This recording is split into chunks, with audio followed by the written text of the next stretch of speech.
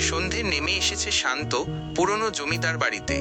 বাড়িটির নাম নিরুদ্দেশ নিবাস।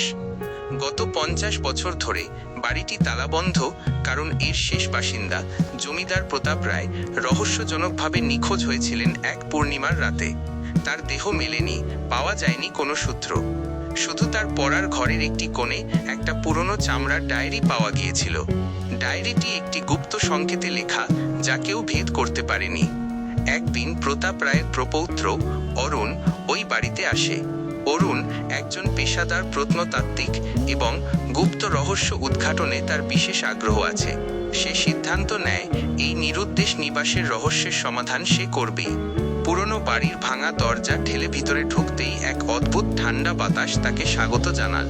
ধুলো আর মাকড়সার জালে মোড়া ঘরগুলো যেন চাপা ইতিহাস বুকে নিয়ে দাঁড়িয়ে। অরুণ সোজা গেল প্রতাপ রায়ের পড়ার ঘরে। ঘরের এক কোণে একটি ছোট কাঠের সিন্দুক ছিল, যেখানে ডায়েরিটি রাখা হয়েছিল।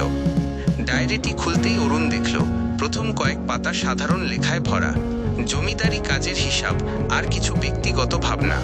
কিন্তু মাঝখান থেকে শুরু হয়েছে সেই গুপ্ত সংকেত। সংকেতগুলো অনেকটা পুরানো আমলের চিত্রলিপির মতো। গভীর মনোযোগ দিয়ে অরুণ সংকেতগুলো বিশ্লেষণ করতে শুরু করলো। কয়েকদিন ধরে অক্লান্ত চেষ্টার পর অরুণ বুঝতে পারল যে এটি এক ধরনের অক্ষর স্থানান্তর সাইফার, সাবস্টিটিউশন সাইফার, যেখানে প্রতিটি অক্ষরকে একটি নির্দিষ্ট দূরত্বে সরিয়ে লেখা হয়েছে। শেষ পর্যন্ত সংকেতের অর্থ সে উদ্ধার করতে পারল।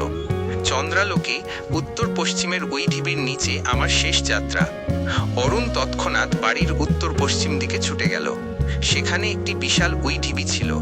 পূর্ণিমার রাত ছিল সেদিন। চাঁদের মায়াবী আলোয় জায়গাটা আরো রহস্যময় লাগছিল। অরুণ কোদাল দিয়ে মাটি খুঁড়তে শুরু করলো। কিছুক্ষণের মধ্যেই কোদাল একটি শক্ত কিছুতে ধাক্কা খেল। সেখানে ছিল একটি ছোট পাথরের বাক্স। ভেতরে কোনো সোনাদানা ছিল না। ছিল একটি মাত্র জিনিস, একটা জং ধরা পিতলের চাবি এবং তার নিচে লেখা একটি চিরকুট। ভেবেছিলাম পালাব, কিন্তু নিয়তি ছাড়ল না। এই চাবিটি সেই অন্ধকার কুঠুরির, যেখানে শুরু আর শেষ এক। ভয় পেও না, শুধু সত্যকে স্বীকার করো। অন্ধকার কুঠুরি। বাড়ির নকশা ঘেঁটে অরুণ আবিষ্কার করলো বাড়ির নিচতলার মাঝখানে একটি অব্যবহৃত ছোট কুঠুরি আছে, যা বাড়ির মূল ভিতের অংশ। সে চাবি নিয়ে সেই কুঠুরির তালা খুলল।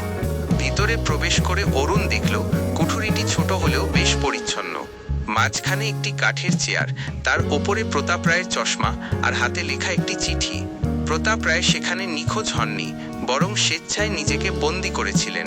চিঠিতে লেখা ছিল, আমার প্রিয় অরুণ, আমি বুঝতে পেরেছিলাম আমার মধ্যে এক ভয়ঙ্কর রোগ বাসা বাঁধছে, স্মৃতিভ্রম। আমি ধীরে ধীরে পরিচিত মুখ, পরিচিত পথ ভুলে যাচ্ছিলাম। আমি চাইনি আমার শেষ সময়টা প্রিয়জনদের কাছে ভয়ঙ্কর স্মৃতি হয়ে থাকুক। তাই আমি নিরুদ্দেশ হওয়ার নাটক সাজালাম। এই কুঠুরি আমার শেষ আশ্রয়। বাইরের জগৎকে বোঝাতে চেয়েছিলাম আমি আর নেই। আমার ডায়েরির সংকেত শুধু তোমার জন্য। যদি কখনো তুমি এখানে আসো, তবে জেনো আমি শান্তিতেই আছি, সব ভুলে এই অন্ধকারে। অরুণ চমকে উঠল। রহস্যের পেছনে কোনো অতি প্রাকৃতিক কারণ ছিল না, ছিল এক মানুষের চরম একাকিত্বের সিদ্ধান্ত। প্রতাপ রায় নিরুদ্দেশ হননি, তিনি নিজেকে আড়াল করেছিলেন। অরুণ উপলব্ধি করল কিছু রহস্যের সমাধান হয়, আর কিছু রহস্য শুধু একটি চাপা দীর্ঘশ্বাস হয়ে থেকে যায়।